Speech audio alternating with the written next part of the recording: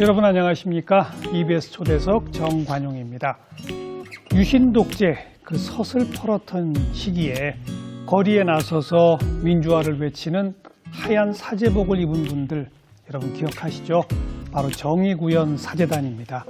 오늘 이 정의구현 사제단을 만들어서 반세기 가까이 이 땅의 민주화와 인권을 위해 앞장서 오신 우리 시대 정의와 양심의 대명사 함세웅 신부님을 함께 만나 뵙겠습니다.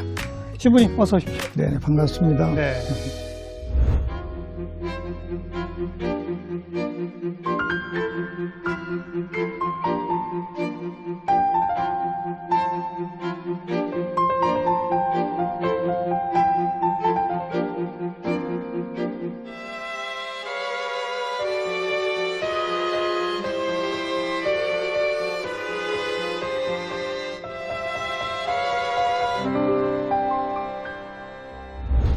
지금도 여러 가지 일 하시지만 네, 신부님으로서의 어떤 공식 직함은 이미 내려놓으신 지 오래됐죠? 네, 네. 뭐 저희들은 이제 원로 사제라고 그렇게 이제 호칭하고 있고 예. 자유 시간 가지면서 오전에는 뭐 이제 집에서 이제 기도하고 미사 봉헌하고 좀 오전에 이제 요가나 또 운동 좀 하고 예. 편안하게 잘 지내고 오후에 이제 좀 모임이 있으면 나가는데 요새는 코로나 때문에 그렇죠, 조금 이제 제한을 받으니까 소수 모임 또는 뭐 비대면 모임 이런 데 제가 관계하고 있는 신학연구원 또 민족문제연구소 안중근 의사 기념사업회 예. 뭐 이런 분들 만나서 일을 하고 있습니다. 예.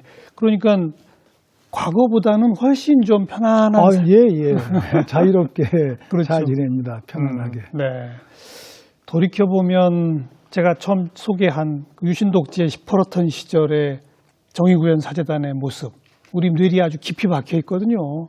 만들어진 게 몇 년이죠? 1974년입니다. 뭔가 계기가 있었죠? 7월 6일에 예. 원주교구장 지학순 주교님께서 맞아요. 로마 회합에 다녀오시다가 김포공항으로 오셨는데 공항에서 그냥 중앙정보원들이 납치해 갔어요. 그래서 2, 3일 동안 행방을 모르다가 김수환 추기경님이 이제 연락을 받으시고 중앙정보에 가셔서 잠깐 면회도 하시고 예. 그 다음에 이제 저희들 수도권에 그분이 원주교구장이니까 원주교구 사제들 그렇죠. 또 우리 서울교구 수원, 춘천, 인천 이 수도권의 사제들이 7월 9일이 주일이었어요. 예. 주일 미사 다 끝나고 저녁에 모여서 김수환 추기경님을 찾아뵙고 저희들의 그 고민도 말씀드리고 또 김수환 추기경님의 고민도 듣고 하면서 7월 10일에 네. 그날 명동성당에서 처음 구속자 석방을 위한 미사를 봉헌하게 되었습니다. 그게 기회가 되면서 우리 사제단의 기틀이 형성되었죠. 그 공항에서 납치해 가듯이 중앙정보부가 연행해 간 이유가 뭐예요?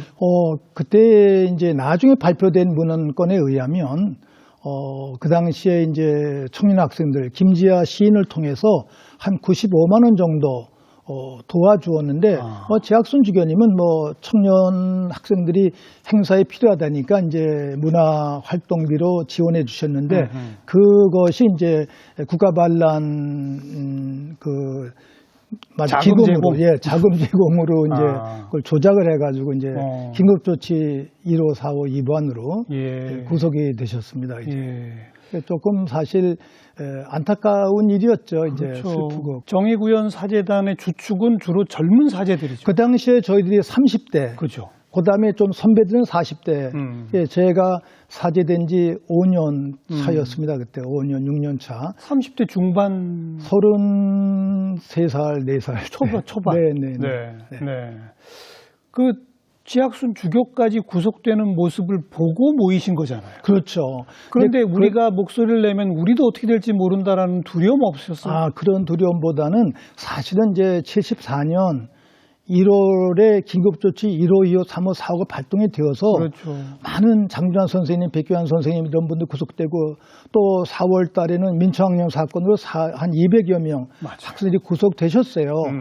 그런 보도를 지켜보면서 좀 안타깝고 또 우리가 뭔가를 해야 되는데 할 수도 없고 예. 이렇게 고민하고 있던 터에 지학순 주기님 구속되셨으니까 우리 주교가 구속되었는데도 움직이지 않으면 이거는 도리가 아니지 않는가 이러면서 이제 저희들이 모이게 되었는데 저희들이 신학적으로 이제 기도하면서 해석한 거는 저희들을 역사 현장으로 불러낸 거는 하늘의 깊은 뜻이 있겠지만 그 당시에 청년 학생들 또 민주 시민들 그리고 결정적으로 지학순 주기님의 구속이 네. 저희들의 역사 현장으로 불러내었다. 이런 거를 이제 깨달으면서 신학적 성찰을 많이 하게 되었어요, 저희들이. 그래서 어떤 초기 계기는 지학순 주교의 연행과 구속. 네. 그리고 이제 그 반대하는 집회. 그게 이제 조직으로까지, 정의구현사라는 조직으로 가기까지는 조금 시간이 좀 3개월이 걸렸습니다. 걸렸죠. 왜냐면 7월에는 그냥 이제 기도하는 사제들, 기도하는 신앙인들, 수도자들 함께 모였었는데 저희들의 그 정체성을 분명하게 밝히는 게 좋겠다. 또 기자들도 그걸 또 이렇게 요구하셨어요. 그렇죠. 어떤 이름으로 발표를 하냐. 무슨 맞아하면 단체나 중심이 있어야 되지 않느냐. 이름이 있어야 되지 않느냐. 네. 그래서 저희들이 이제 명동을 중심으로 각 교구, 그 당시에 14교구를 다 순회하면서 기도를 했어요. 그 당시는 저희들이 서울 해화동의 가톨릭 대학 신학교 하나였어요. 네. 그리고 조금 뒤에 광주 신학교가 생겼습니다. 광주 가톨릭 대학교.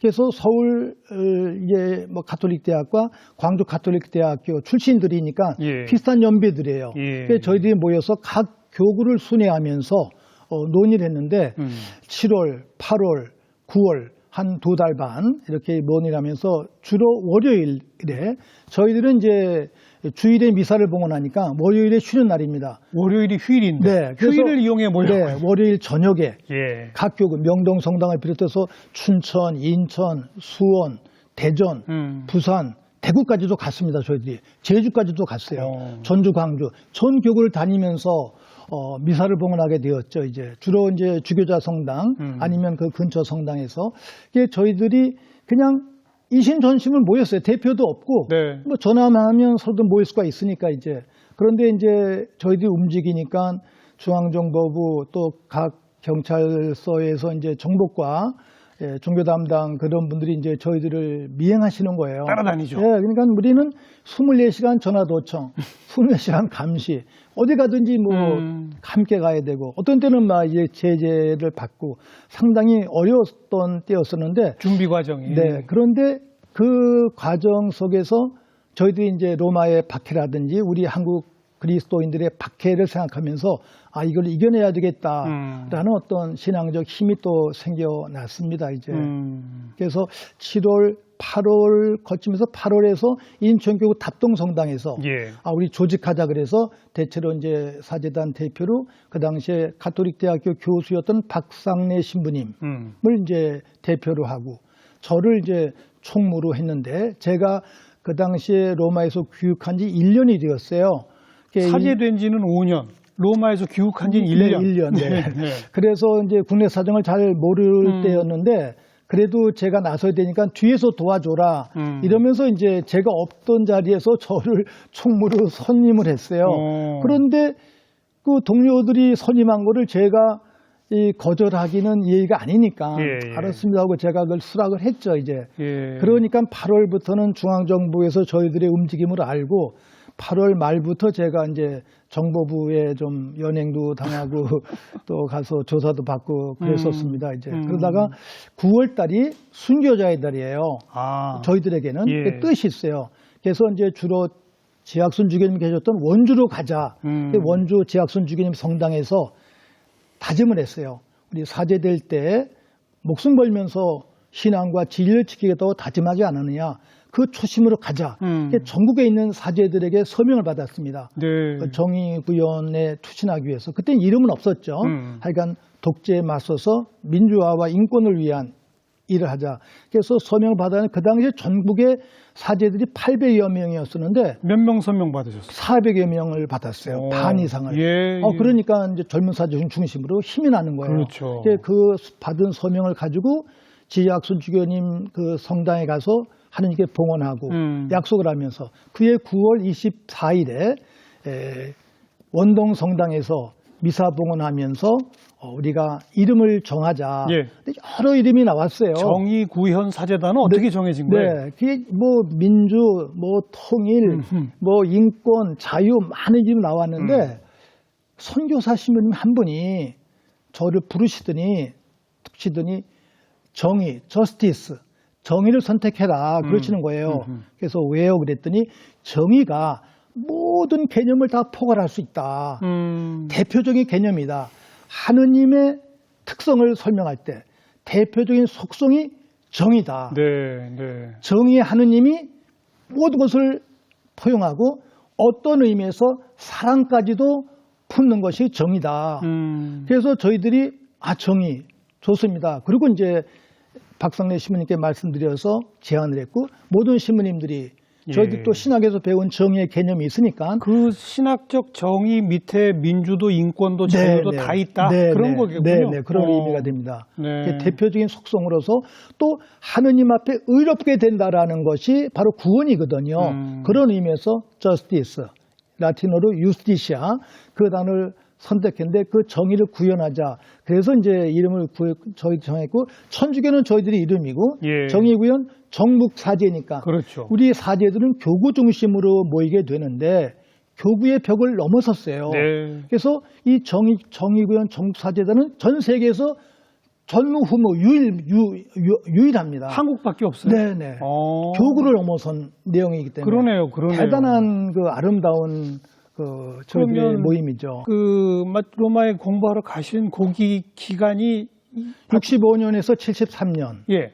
그 기간에 이제 제가 신학생 때 로마에 가서 로마에서 이제 68년에 사제가 되고 또 신학 전공하면서 73년에 이제 제가 학위를 얻고 73년에 6월에 귀국을 했어요. 근데 이제 누구나 그렇습니다만 외국에 가면은 또 민족애가 더 강하게 생기지 않습니까? 저도 로마에 공부하면서 민족과 교회 공동체 긴밀한 관계를 깨닫게 되었어요. 유럽의 역사, 특히 로마 역사를 보면은 미사 때 로마의 그 위인들 다 기억을 합니다.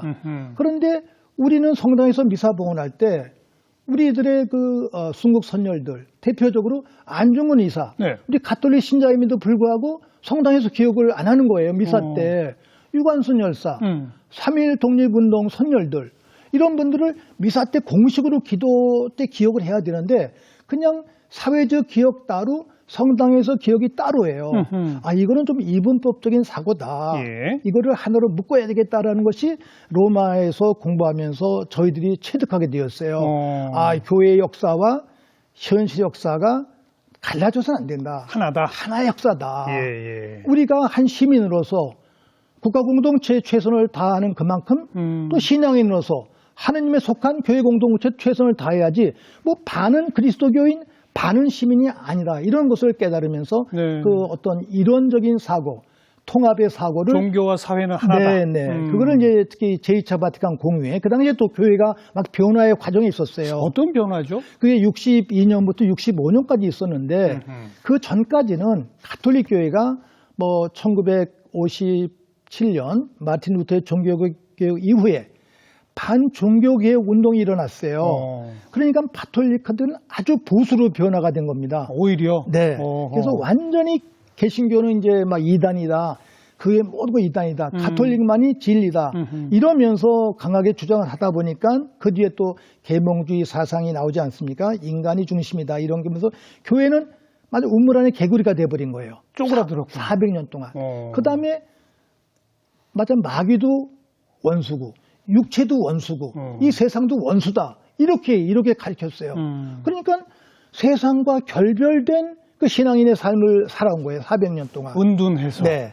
근데 그 당시에 1958년에 교황이 되신 요한 23세라는 교황님이 만 78세, 우리나라 79세 때 교황으로 뽑히셨는데 그분이 농부 출신이에요.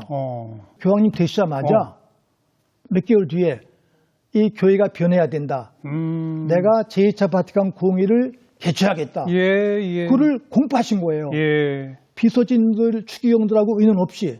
그래서 미사에 있던 추기경님들이 다 놀랬겠네요. 놀랄 정도가 아니라 저 교황이 돌았나 보다 이랬다는 거예요. 의논도 없이 그렇게 큰 사건을 막 공표하니까. 그래서요. 그러니까 그분이 이거는 제2의 성령 강림을 우리가 만들자.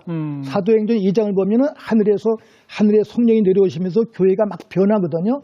제2의 성령 강림, 교회를 혁신시키자, 변화시키자 하면서 3년 동안 기도 준비를 시키신 거예요. 3년 동안. 그리고 62년에 이제 제2차 바티칸 공의를 개최하시고 나서 한 번 시작하시고 그 다음에 돌아가셨어요.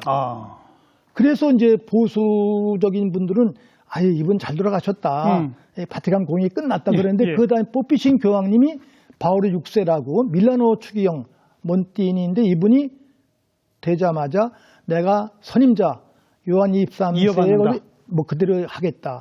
이러면서 이제 65년까지 되면서 교회가 막 변화가 된 겁니다. 그때는 가톨릭교 신자가 아니면 구원받을 수 없다. 가톨릭교 외에는 모든 종교는 다 이단이라고 그랬어요. 그랬었죠. 그런데 제2차 바티칸 공의회에서는 과감하게 개방적 구원관을 펼치면서 누구나 다 구원받을 수 있다. 양심적으로 살고 하느님을 믿고 그럼 누구나 다 구원받을 수 있다. 이런 아주 과감한 개방적 구원관을 펼쳤습니다. 그런 세계사적인 어떤 흐름 속에 정의구현사재단의 탄생까지 이어지는 겁니다. 어찌 보면. 그리고 정의구현사재단은 뭐 매번 앞장서 나서신 건 아닙니다만 정말 중요한 시기마다 나서셨단 말이에요. 이 사안은 우리가 나서자.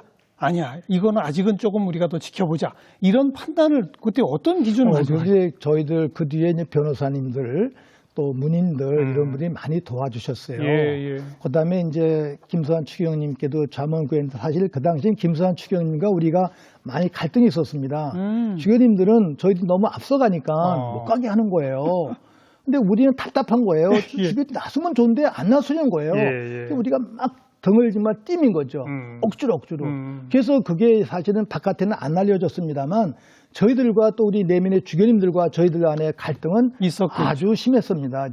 아주 심했고 힘들었었죠. 근데 그거를 외부에 또 노출하면 안 되니까 노출을 안 시키도록 하면서 그러나 또 교회 공동체 하나를 또 보여줘야 되니까 그런 점이 상당히 좀 힘들고 어려웠었죠. 내부 논의의 진통 끝에 결국 우리 시민들은 눈에 보일 때는 그 진통을 극복하고 나설기로 했을 때 그때는 진짜 엄혹한 상황들 이런 거라군요. 근데 뭐 총무 맡고 정의구현사재단을 이제 실적으로 이렇게 여러 가지 기획하시고 준비하시고 그것 때문에 여러 차례 불려다니셨죠? 구속도 당하시고. 몇 번? 구속은 2번 당하고. 언제였습니까? 76년과 79년. 그다음에 이제 정보부에 뭐 이렇게 끌려간 거 수시로 그냥 끌려갔어요. 그냥. 우리 신부님도 막 고문해요? 저희들은 우리가 이제 민주학년 학생들 또 인혁당 관계자들 고문하지 않았습니까? 그 고문 고발을 했어요. 또 최동길 교수 고문치사 했다고 또 고발했기 때문에 정보부에서는 저희들은 고문하지 않고 물론 이제 물리적인 고문은 아니고 밤잠을 못 잔다든지 밤새우는 거는 했습니다만 물리적인 고문은 안 당했어요. 왜냐하면은 재판을 받을 때 꼭 질문해요. 저희들한테 수사 과정에서 고문 받으신 적이 있습니까? 이렇게 질문하는 거예요. 당연하죠. 근데 저희들이 고문 안 받은 걸 또 받았다고 그럴 수는 없잖아요. 고문 안 받았습니다. 그러면 보라고. 저희들이 고문 안 받은 거를 증거로 삼기 위해서 저들에게는 고문을 안 했어요. 그나마 다행이네요. 76년, 79년 다 유신 시절 구속을 당하셨네요. 79년이면 11.6 있던 때. 바로 그 당시에 제가 감옥에 있었습니다. 감옥에서 소식을 들으셨어요? 어떠셨어요? 그때 이제 제가 한강성당을 짓다가 건축하다가 구속이 됐는데 사실 좀 조심했어요. 저도 자꾸만 구속되면 안 되니까 사제가 매우 조심을 했는데 수원교구 신부님들께서 8월 29일에 그때 안동 오원춘 농민 사건이 있었습니다. 오원춘 사건 있었습니다. 농민을 납치해서 울릉도로 가서 이제 가두고 그랬던 사건이 있는데 그걸 안동교구 사제들이 전체가 일어나서 주교님과 함께 한글하셨는데 아무래도 안동교구 신부님들만 가지고 좀 힘드시니까 그렇죠. 명동에 오셔서 막 단식을 하신 거예요. 아. 그러니까 저희들이 또 같이 동조 단식도 하고 도와드리고 그러는데 근데 안동교구 사건이 뜻밖의 커지니까 그 8월에 문정현 신부님을 구속시켰어요. 예, 저보다 먼저. 예. 저희들은 그 당시에 구속 집행 정지 상태였기 때문에 이미 한번 구속됐다가 나왔으니까. 네, 영장 없이 막대로 갈 수가 있는 거예요. 아무 때나. 문정현 신부님이 구속되고 저희들이 오원춘 사건 이게 문제가 있다라고 계속 발표하니까 8월에 이제 저를 구속하라고 했는데 저도 무척 조심을 했는데 수원교구에서 저보고 와서 강론을 하라는 거예요. 8월 29일에. 예. 제가 조금 조심이 되는데 그래도 수원교구인데 이건 가야 되겠다. 그래서 제가 가서 했어요. 강론을. 그것 때문에 구속되셨군요. 네, 근데 강론으로 구속될 강론은 안 하고 조심조심해서 예. 그냥 뭐 어떻게 강론이냐면 2000년 전에 예수님 팔레스틴에 아주 목수의 아들 뭐 이름도 없으신 분이었을 텐데 이분이 돌아가신 다음에 이분을 다른 분들이 모여서 300년 동안 박해를 받았지만 그 교회가 성장해서 커서 지금까지 왔다. 그렇죠. 근데 그 예수님을 죽이고 그리스도교를 박해했던 로마 제국은 멸망이 되었다. 그렇죠. 이런 그리스도교의 신학 원리를 가지고 우리 안동의 오원춘 시골 농민이지만 이 농민의 사건이 예수님과 같은 뜻을 가지고 전국을 움직이면서 이 거대한 유신 정권을 멸망시킬 수 있다. 파멸시킬 수 있다.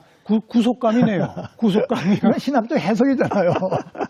이런 정도로 했는데 예. 그 다음날 구속감이라니. 구속이 됐어요. 긴급조치 위반이죠. 네. 그래가지고 이제 영등포 교도소로 갔는데. 근데 그러고 불과 얼마 있다가 12.6이 터진 네, 거예요. 네. 그 소식을 듣고 어떠셨어요? 그때는 제가 감옥에서요 너무 놀랐어요. 믿어지질 않아가지고. 그때 이제 동아일보 기자, 동아투이 기자 세 분이 이제 영등포 교도소에 같이 계셨는데 예. 10월 27일이죠. 예. 26일 사건이 그 다음 날인데 그 다음 날이 그냥 교도소가 막 살벌한 거예요.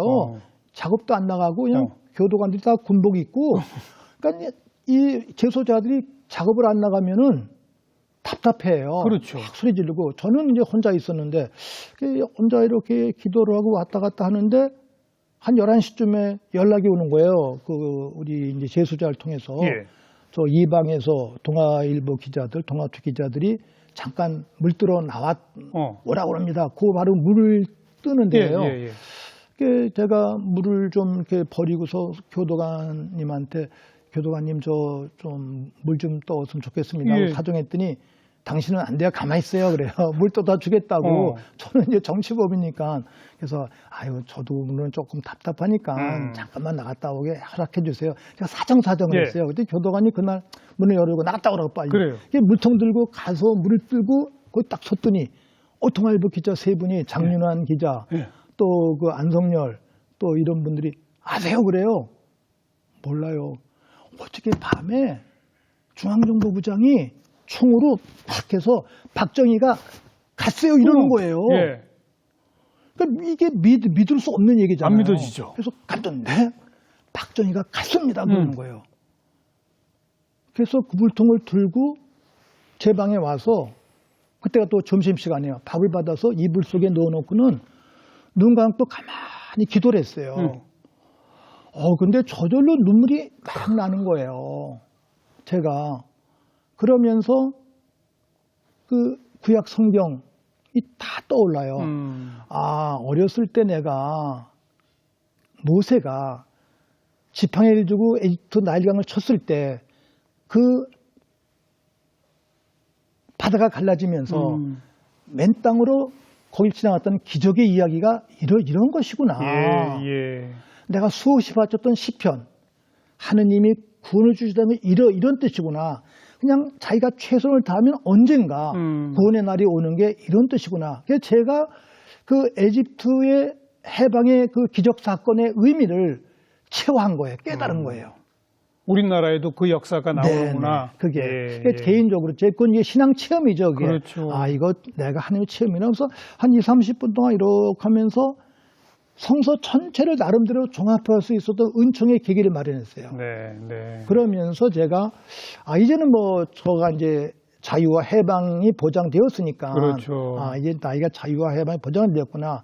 그 다음에 내가 할 일을 개혁해야 되겠다 하면서 그 다음 일을 계획을 했었는데 근데 또 전두환 독재가 예. 그런데 이제 보니까 그리고 또 50일 아이고. 동안 못 나온 거예요, 우리가. 12월 8일 긴급조치구 해제 때까지. 그래서 제가 그 속에 있으니까 모르니까 전두환이가 어떤 사람인지도 모르고 신군부가 나왔다 그런 소리를 들으면서 왜 이렇지? 왜 이렇지? 이러고 궁금해하면서 이제 우리나라는 이제 민주주의를 향해 가야 되는데 네. 그리고 12월 8일에 나왔는데 12월 8일이 또 저희들에게는 뜻 있는 날이에요. 어떤 날이요? 왜냐하면 한국 천주교의 주보 성모 마리아, 잉태 없이 잉태된 성모 마리아 축일이에요. 그리고 그날 두 번째 구속은 딱 기가 막히게 딱 100일이에요.